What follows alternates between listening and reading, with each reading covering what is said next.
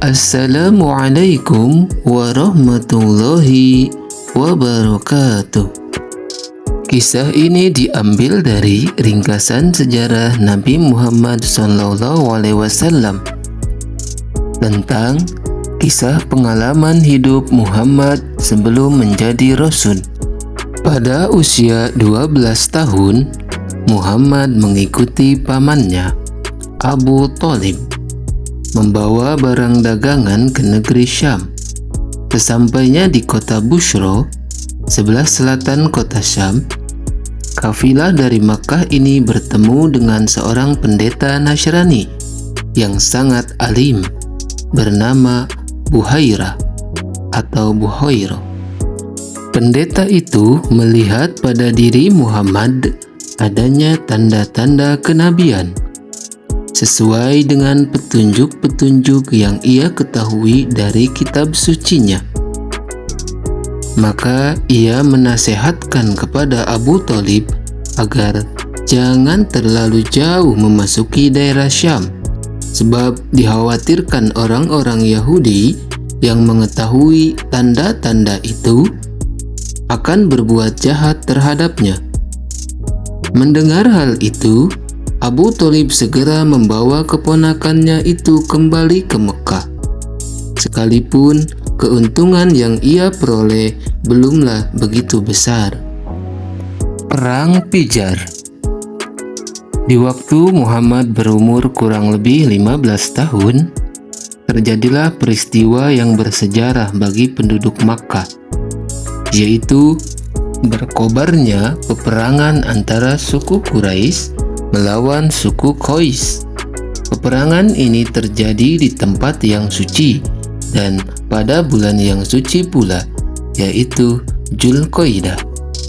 Sehingga orang-orang Arab menganggap perang tersebut merupakan suatu pelanggaran terhadap kesucian.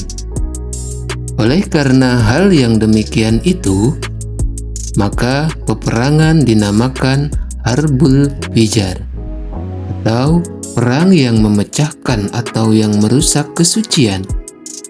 Dengan semangat pemuda yang baru tumbuh remaja, Muhammad ikut aktif dalam peperangan ini, membantu paman-pamannya dengan menyediakan keperluan perang bagi kaum Quraisy, sehingga meninggalkan pengalaman dan kesan yang sangat berharga bagi pribadinya.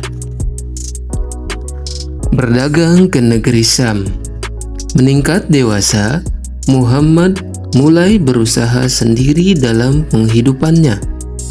Beliau menyadari sepenuhnya bahwa pamannya Abu Thalib sudah semakin tua, sedangkan keluarga yang menjadi tanggungannya tidak pula sedikit.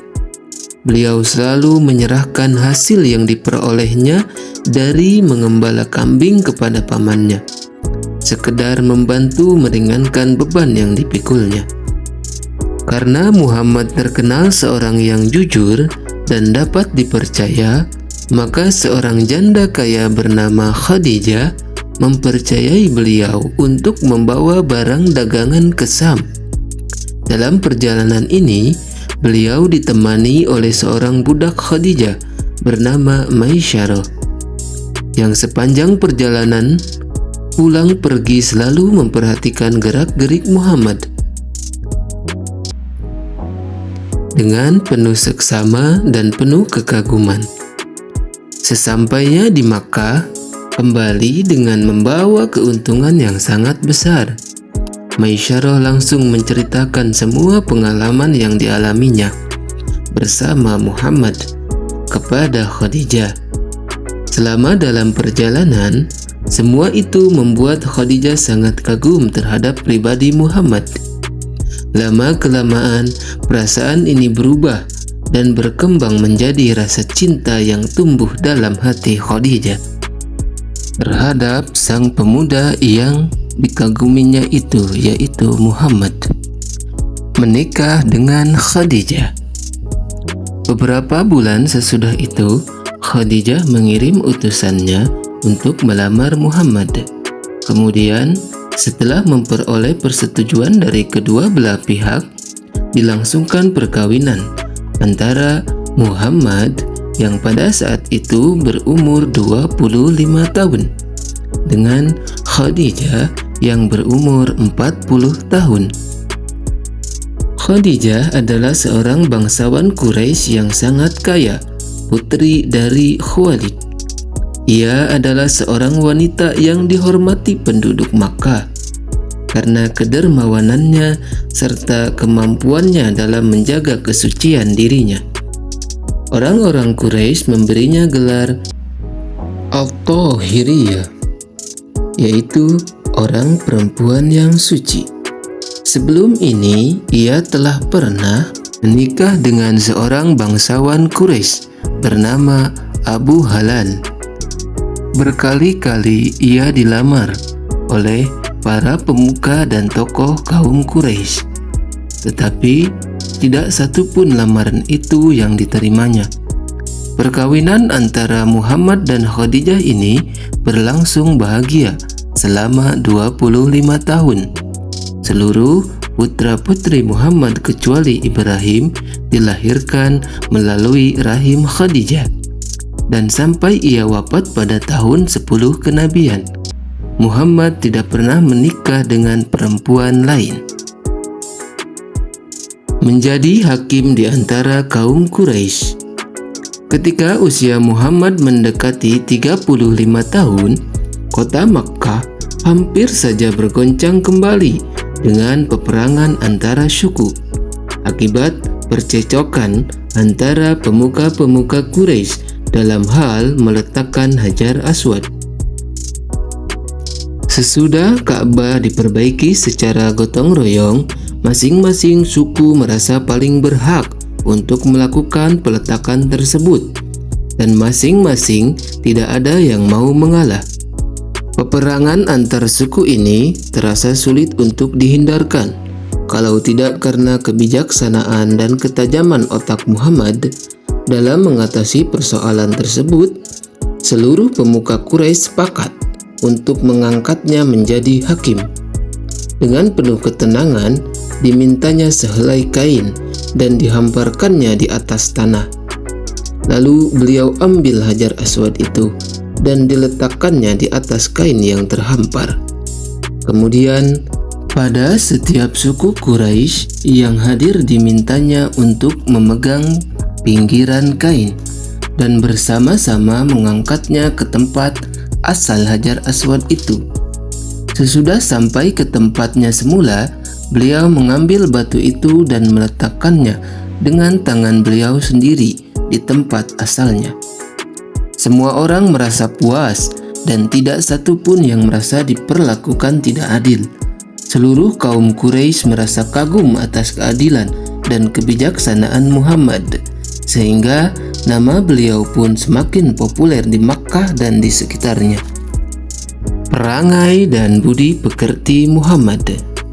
Sejak masa kecilnya, di saat hidup di tengah-tengah Bani Sa'ad, Nabi Muhammad sudah terkenal sebagai orang yang jujur, berbudi luhur, dan memiliki kepribadian yang sangat tinggi. Kawan-kawan sebayanya dan mereka yang lebih dewasa sangat menyayanginya. Perilaku yang seperti ini terus dipertahankannya hingga beliau menginjak masa remaja dan dewasa.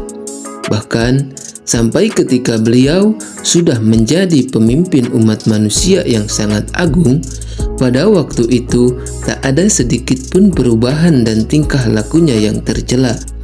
Berbeda sekali dengan tingkah laku pemuda-pemuda dan kebanyakan penduduk kota Makkah, terutama di kalangan para bangsawan yang gemar berpoya-poya dan bermabuk-mabukan. Karena demikian jujurnya dalam perkataan dan perbuatan, maka sejak remaja beliau telah diberi julukan Al-Amin atau orang yang dapat dipercaya. Sekalipun kebiasaan menyembah berhala sudah hampir merata di seluruh jazirah Arab pada saat itu, tetapi Nabi Muhammad belum pernah sama sekali menyembah berhala dan tidak pernah makan daging binatang yang sengaja disembelih untuk korban bagi berhala-berhala tersebut. Beliau sangat membenci berhala-berhala itu dan selalu berusaha untuk menjauhkan diri dari segala macam bentuk upacara pemujaan terhadap berhala-berhala. Karena ayah ibunya tidak meninggalkan harta warisan apapun kepada Nabi Muhammad, maka untuk menutupi kebutuhan hidup sehari-hari, beliau berusaha sendiri mencari nafkah dengan berbagai cara yang halal. Beliau tidak malu mengambil upahan, mengembala kambing milik penduduk Makkah, sambil menikmati keindahan alam sekitar dan berpikir serta merenung tentang pencipta alam raya dan keadaan masyarakat sekitarnya. Seluruh pengalaman hidupnya mendapat pengolahan yang sempurna di dalam jiwa dan pikirannya. Sedikit pun tak ada yang terlewatkan begitu saja. Oleh karena itu, sebagai calon pembimbing umat manusia, beliau telah dibekali dengan bakat-bakat dan kemampuan jiwa yang besar. Dalam dirinya terkumpul sifat-sifat yang harus dimiliki oleh seorang pemimpin, seperti pikiran yang cerdas, perasaan halus, otak yang tajam, ingatan yang kuat, kecepatan tanggapan, analisa yang tepat, kemampuan yang keras, dan lain-lainnya. Demikian Muhammad tumbuh berkembang dari tahun ke tahun dalam lindungan dan pengawasan Allah Subhanahu wa Ta'ala. Sementara itu, kebiasaan merenung dan berpikir yang biasa dilakukannya semakin menjadi-jadi pula. Beliau seringkali melakukan uzlah atau menyendiri di tempat yang beliau pilih sendiri, yaitu di sebuah gua kecil bernama Gua Hiro yang terletak di Jabal Nur, kurang lebih 3 km sebelah utara kota Makkah. Demikianlah kisah ringkas sejarah Nabi Muhammad SAW tentang pengalaman hidup Nabi Muhammad SAW sebelum menjadi Rasul. Semoga kita bisa mengambil hikmah dan pelajaran dari kisah ini. Wassalamualaikum warahmatullahi wabarakatuh.